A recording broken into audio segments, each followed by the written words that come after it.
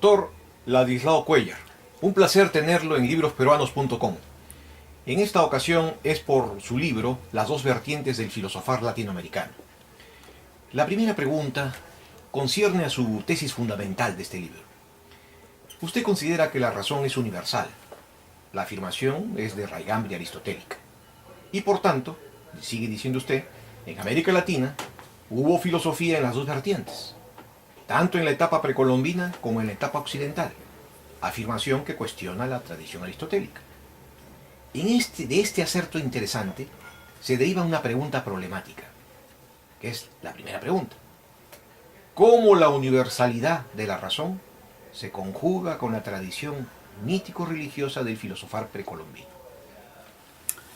Bueno, en primer lugar, el agradecimiento a usted, mi colega de hace muchos años, que nos conocemos acá a la entidad Libros Peruanos, y bueno, por esta invitación que no pensaba yo, ¿no? Bueno, trataremos pues de atender a estas inquietudes. Fíjese, la doctora María Luisa Rivara ha explorado prácticamente casi todos los libros de las crónicas de los españoles que vinieron acá, de los que ya tenían cierta cultura, ¿no? Y que escribieron sobre el estado de esta civilización. Y bueno, ella siempre se ha puesto en una situación central, ¿no? Casi ambigua. Casi ambigua, porque ella también era discípula de Salazar Bondy, quien ponía en duda la existencia, ¿no? Y finalmente, bueno, se inclinó por no creer en la existencia de una filosofía, ¿no? De América Latina y del Perú, por supuesto. Yo consideré de que ya era inútil pretender encontrar más fundamentación, porque ya Montesinos y los principales cronistas ya estaban explorados por la doctora Rivara, quien hizo un minucioso estudio, ¿no? De estas crónicas coloniales. Y entonces no insistí en eso. Yo traté de encontrar otra vena, otra vertiente para poder fundamentar la existencia de una filosofía en el Perú y la América Latina. Y esta se basa justamente, principalmente en mis conocimientos científicos, sobre todo el campo de la física, y complementados con los conocimientos filosóficos, sobre todo con la filosofía hegeliana, ¿no? O hegeliana. Bueno, en una de sus afirmaciones, en una referencia que hace Engels, ¿no? Sobre la libertad, dice que Hegel ha dicho bastante bien que la libertad comienza con el reconocimiento de la necesidad. La necesidad es ciega en tanto que no está sometida al concepto. Esto quiere decir, por ejemplo, que anterior a Galileo Galilei, ¿no? La ciencia generalmente era de carácter deductivo. No existía todavía la ciencia cuantitativa. Justamente esta ciencia cuantitativa se inicia a partir de las experiencias, ¿no? De Galileo, cuando él, usando como cronómetro los latidos de su corazón, va a cuantificar la velocidad de caída de los cuerpos, según dicen algunos autores, desde la Torre de Pisa, y va a descubrir una constante, que la aceleración es igual a las raíces cuadradas de los tiempos.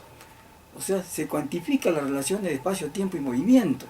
Se establece la primera ley cuantitativa de la ciencia, sobre todo de la física. Esto pues produce un cambio fundamental y podemos decir que sería pues el punto de partida, ¿no? De la ciencia moderna, ¿no? Aparece la primera fórmula algebraica donde establece estas relaciones de espacio, tiempo y movimiento. Entonces, ¿qué hace Galileo? Está sometiendo a concepto, ¿no? Las relaciones de espacio, tiempo y movimiento, que son relaciones de necesidad natural, porque ahí interviene la necesidad natural, o sea, aquello que tiene que ser así y no puede ser de otra forma. Esto hace de que el hombre tenga un mayor grado de libertad para tomar sus decisiones ya con conocimiento de causa.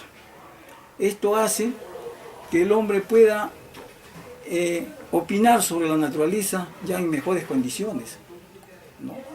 Y obviamente que he considerado yo que el punto más importante, digamos, para poder establecer estas relaciones de originalidad del pensamiento precolombino, es justamente basarse en la necesidad, casualidad natural. Perfecto. La necesidad, casualidad natural, como ustedes saben, la necesidad es, podemos decir, mundial, es una necesidad, casualidad que se manifiesta en cualquier lugar del universo. Perfecto, pero es universal, permítame, la necesidad, casualidad es universal. Perfecto, pero permítame en ese sentido avanzar hacia la segunda pregunta. Y siendo que la razón la considero fundamentada en la necesidad, casualidad natural, Ajá. y siendo que este es universal, por lo tanto, la razón no es un privilegio de una casta, de una élite, de una nación, ni de una raza. Perfecto. Muy bien. Esa sería la respuesta. Claro. En ese sentido, permítame insistir en el aspecto del pensamiento ancestral, en el aspecto filosófico, en la estructura lógica del pensamiento ancestral, dentro de la explicación que usted acaba de ofrecernos.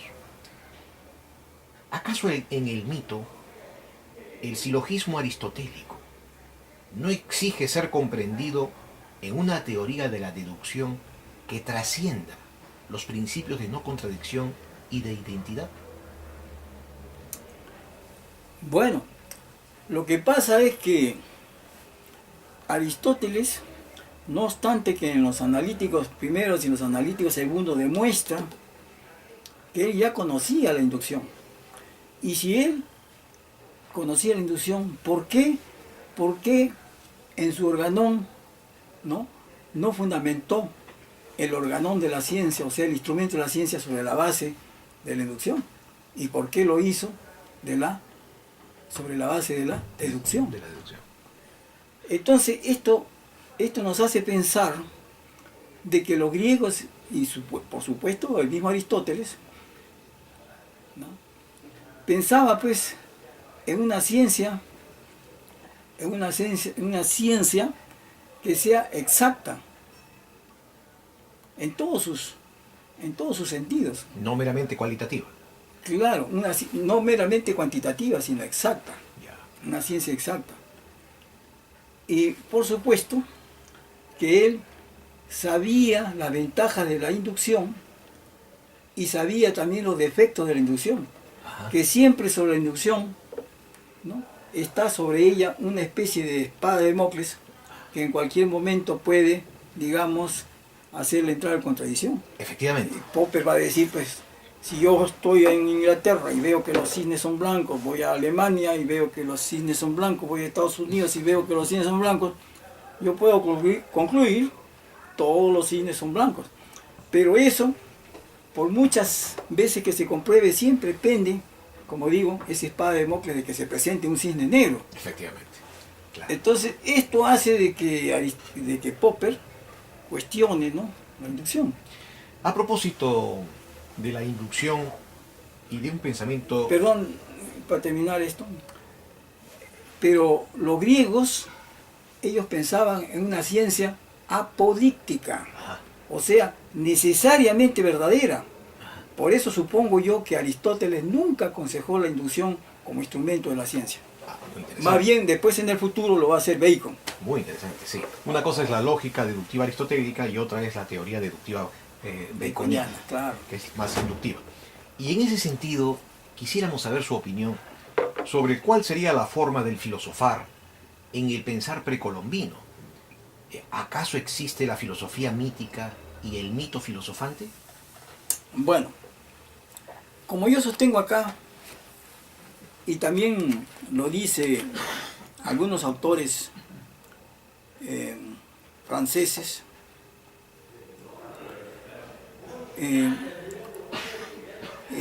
existe una ciencia técnica, ¿no?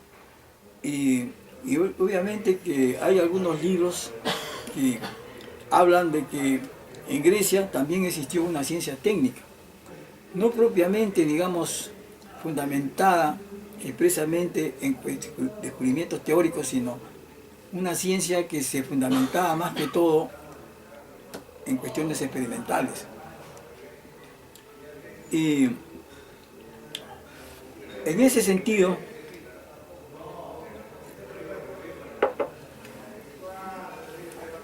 podemos decir de que cuál sería el tipo de especulación que tenían estos pueblos, ¿no?, precolombinos. ¿Cuál sería, podemos decir, la estructura de su razonamiento? ¿En qué se basaba su razonamiento?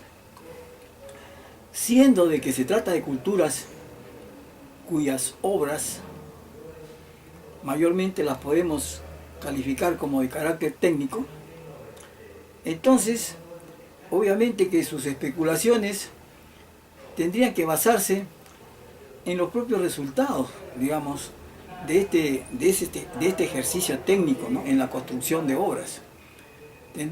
Sus especulaciones tendrían que estar en relación con sus trabajos, de manera que su especulación obviamente sería, por ejemplo, qué grado de duración tiene, de endurecimiento tiene cuál material, o qué se hace para cortar tal material, cuánto tiempo dura este material, cómo podemos tener materiales que nos sirvan siempre, otros que nos sirvan menor tiempo, mayor tiempo.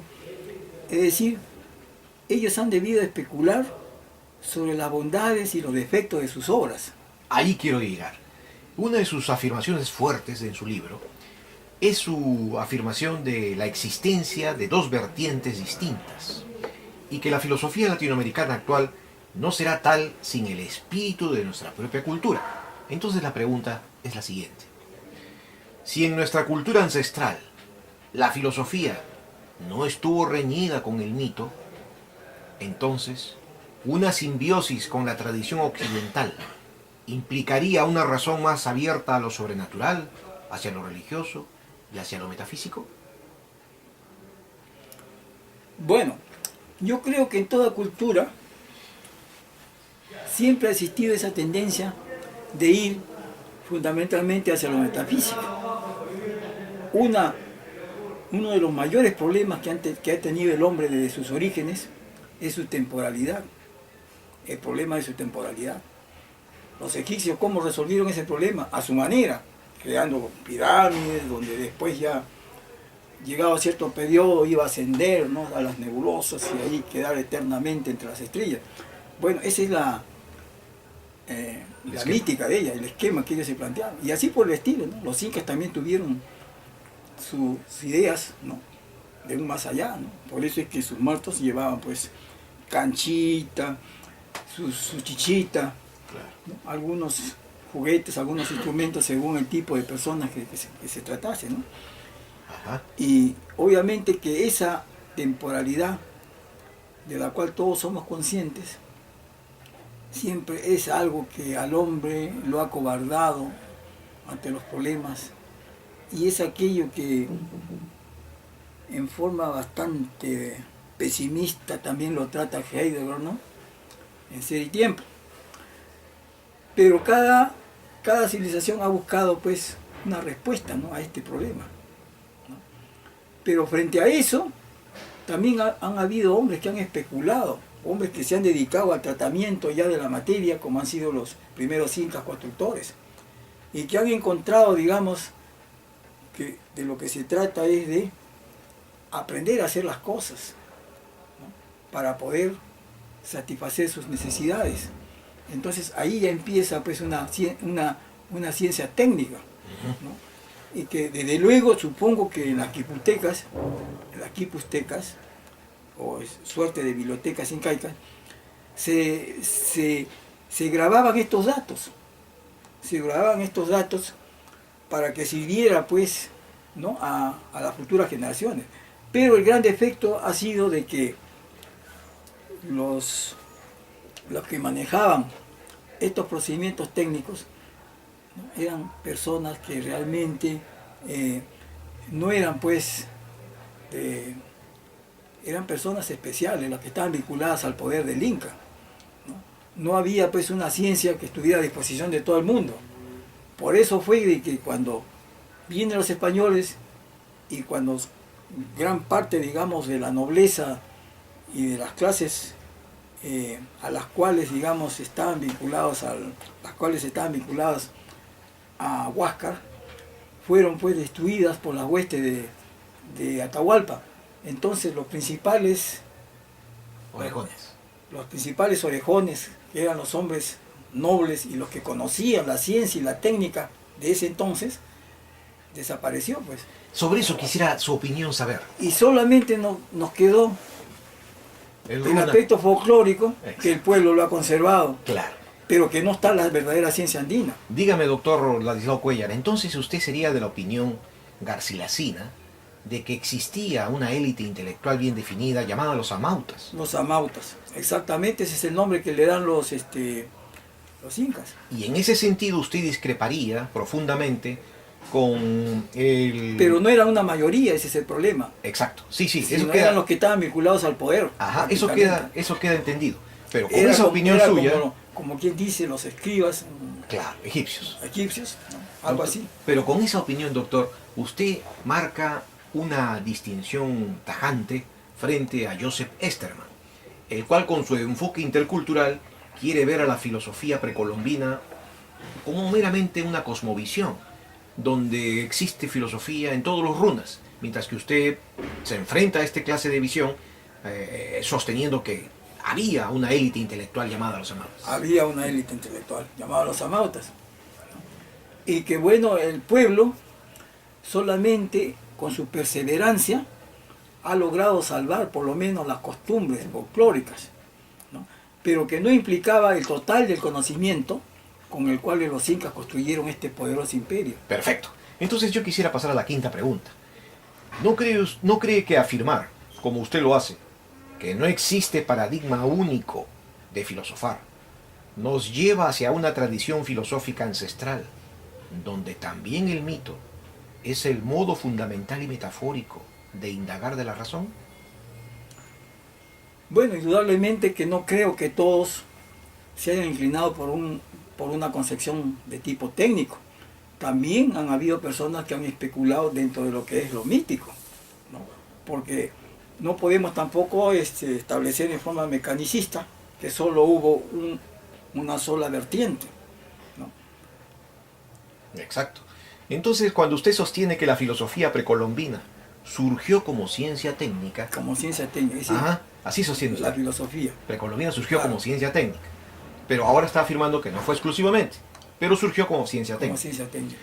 Entonces, ¿no cree que con esta definición se está dejando de lado el espíritu metafísico religioso de las elaboradas reflexiones sobre Huiracocha o Pachacamac?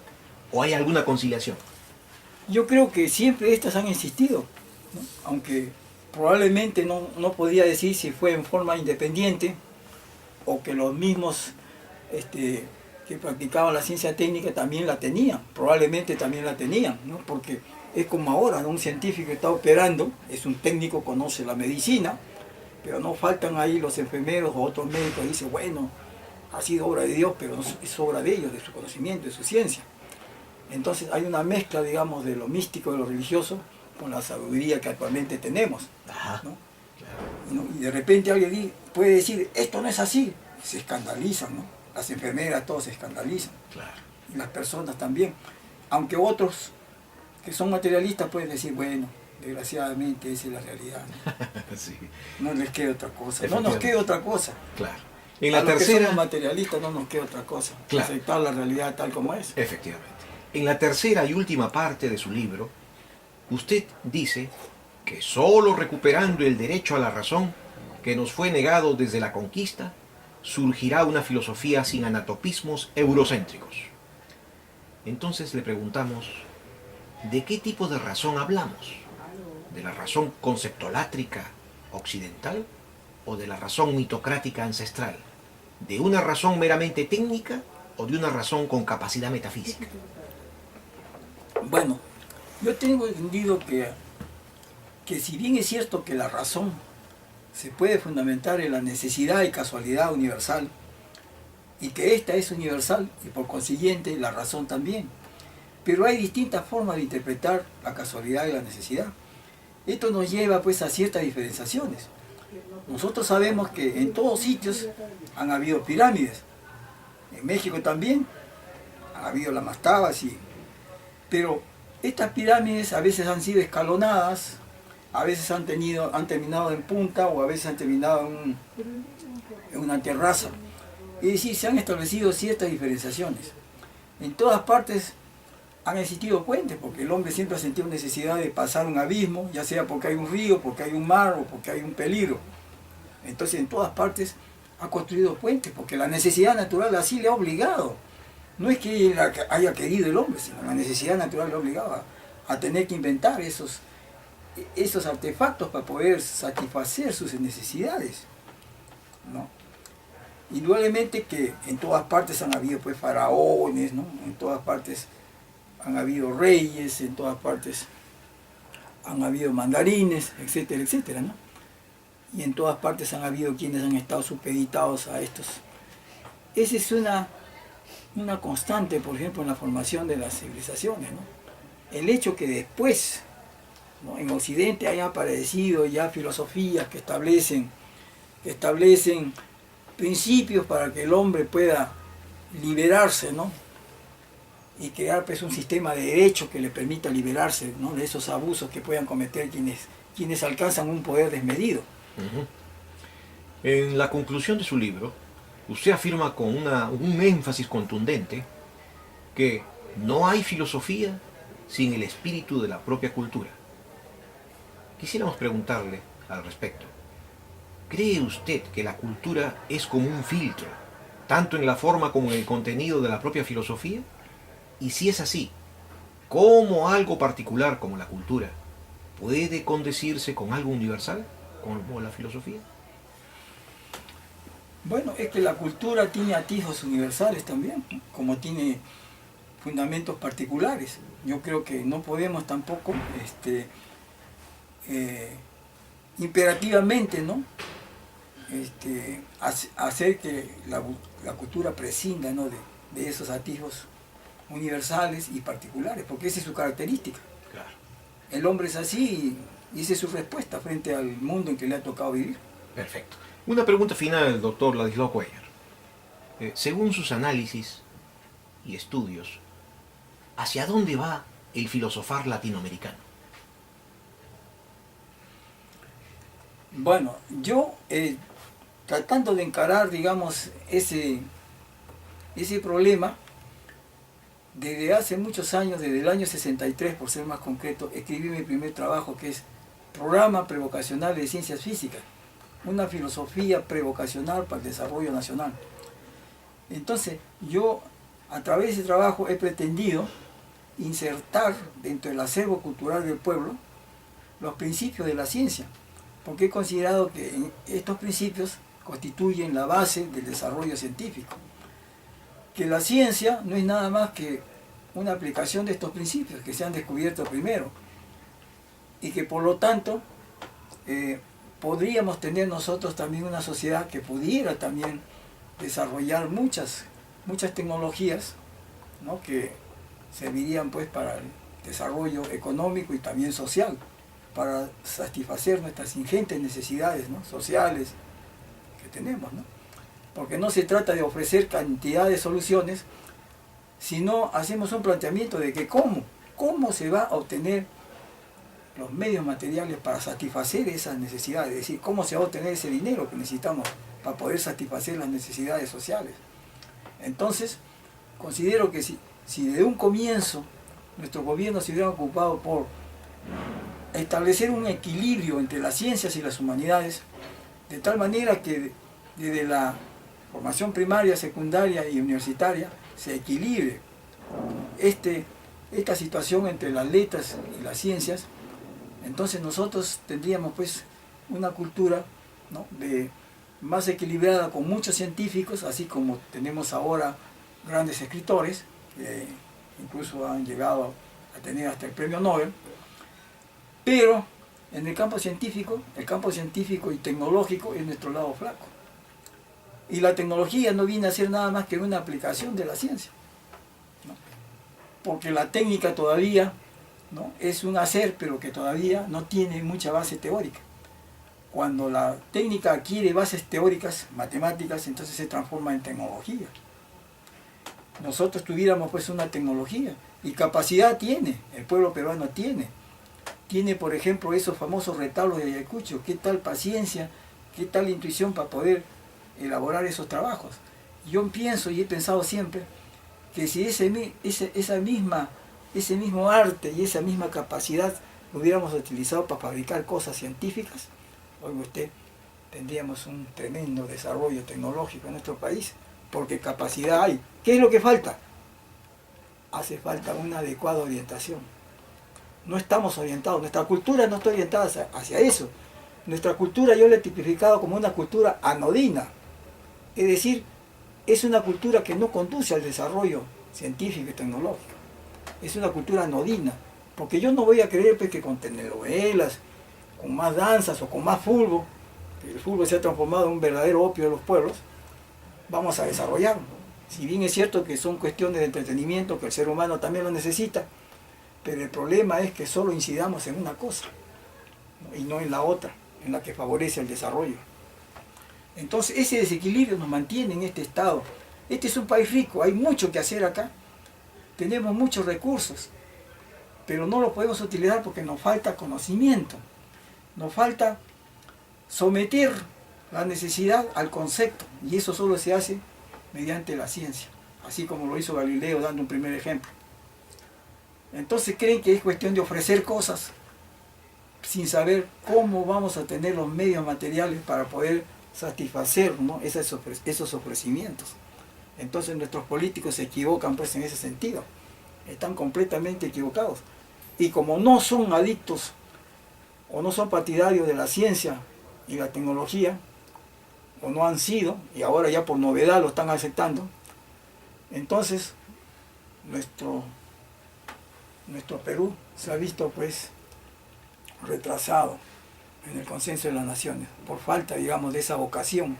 Por eso mi primer trabajo se llama Programa Prevocacional de Ciencias Físicas, cuya misión, pensé desde el año 63, sería equilibrar pues esa situación entre la ciencia, la técnica y las humanidades, ¿no? Establecer un equilibrio que nos permita, por lo menos, zafarnos de esta cultura anodina, ir más bien hacia una cultura plena.